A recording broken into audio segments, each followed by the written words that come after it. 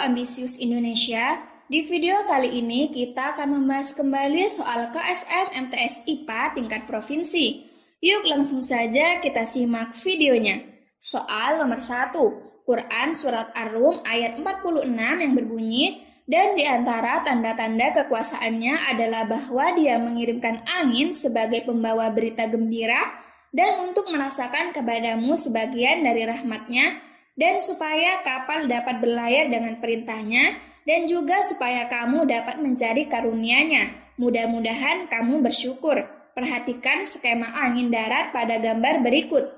Nelayan memanfaatkan angin darat terjadi di malam hari untuk mencari nafkah ikan di mana suhu pada daratan lebih dingin dibandingkan di laut sehingga pembahasan pada malam hari daratan lebih dingin dibandingkan lautan. Karena sifat daratan yang cepat menerima panas dan cepat menerima dingin. Angin darat menjadi daerah yang mempunyai tekanan tinggi maksimum, sedangkan laut menjadi daerah yang mempunyai tekanan rendah minimum. Angin darat biasanya digunakan oleh nelayan untuk berangkat mencari ikan ke laut. Oleh karena itu, kita sering melihat nelayan pergi menangkap ikan pada malam hari dan kembali dari menangkap ikan pada siang hari.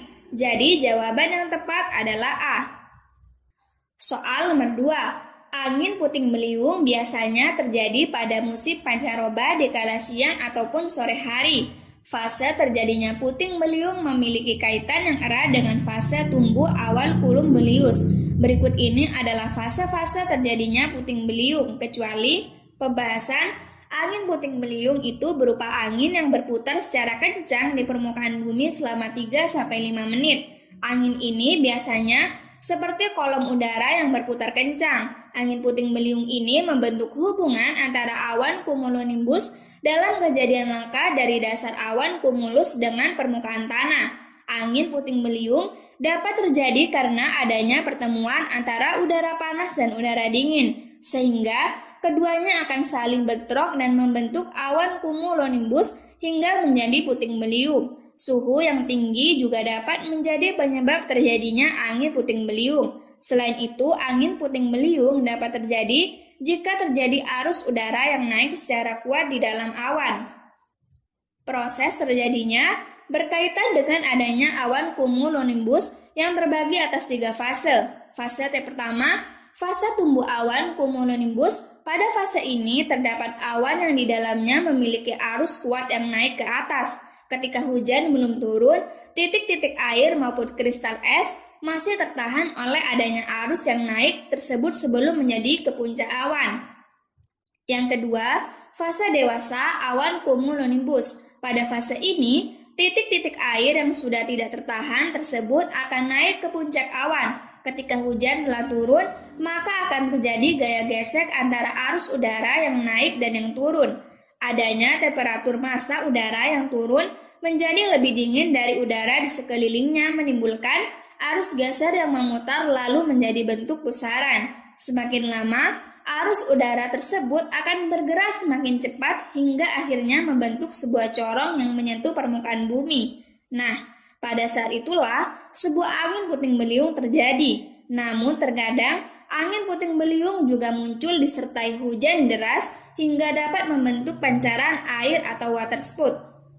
Yang ketiga, fase punah awan cumulonimbus. Pada fase ini, massa udara akan meluas pada seluruh awan, lalu berhenti dan kemudian angin puting beliung pun berakhir. Hal tersebut karena tidak ada massa udara yang naik hingga kemudian massa udara turun secara meluas di seluruh awan. Ketika proses kondensasi berhenti, udara yang turun tersebut melemah hingga akhirnya angin puting beliung pun berakhir. Proses kondensasi adalah proses perubahan uap air atau benda gas menjadi benda cair yang terjadi pada suhu udara di bawah titik embun.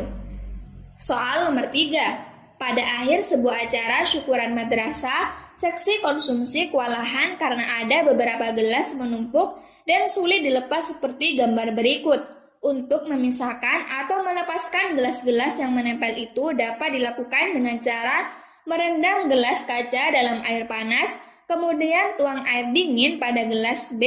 Hal ini maksudnya agar pembahasan Pemuaian adalah keadaan ketika suatu benda mengalami perubahan bentuk yang membuatnya menjadi semakin menyusut, melebar, atau semakin panjang, hingga terjadi perubahan pada volumenya akibat terjadinya panas atau perubahan suhu. Pada kejadian yang dijelaskan pada pertanyaan di atas, yaitu ketika gelas A dan B dituangkan air hangat, kemudian gelas B dituang air dingin, itu termasuk dalam pemuaian. Akibat dari itu, gelas A dan B dapat terlepas karena terjadi penyusutan. Jadi jawaban yang tepat adalah B.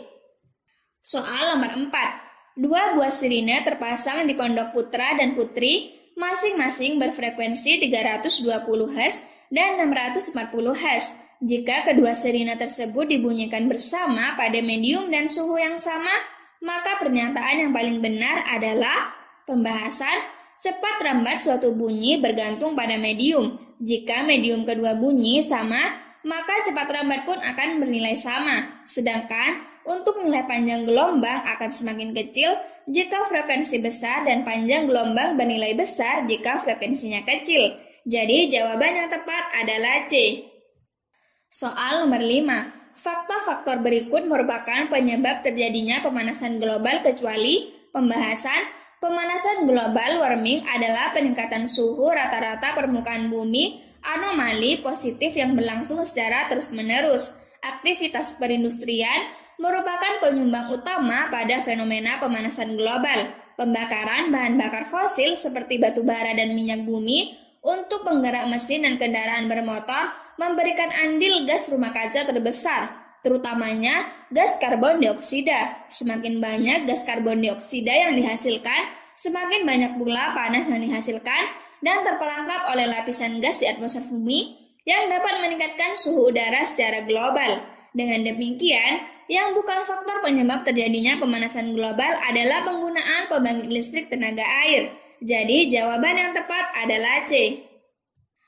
Soal nomor 6. Dalam Quran Surat As-Sod ayat 36 berbunyi, kemudian kami tundukkan kepadanya angin yang berhembus dengan baik menurut kemana saja yang dikehendakinya. Perhatikan skema angin laut pada gambar berikut. Angin laut terjadi di pagi hari, di mana suhu pada laut lebih dingin dibanding di laut sebab pembahasan. Angin laut terjadi di saat siang hari, di mana suhu pada lautan akan menjadi lebih dingin jika dibandingkan dengan suhu pada daratan. Hal tersebut dikarenakan sifat laut atau perairan yang lambat dalam menerima panas serta lambat melepaskannya, sehingga lautan akan menjadi daerah yang memiliki tekanan tinggi atau maksimum, sedangkan daratan akan menjadi daerah yang memiliki tekanan rendah atau minimum. Jadi jawaban yang tepat adalah D.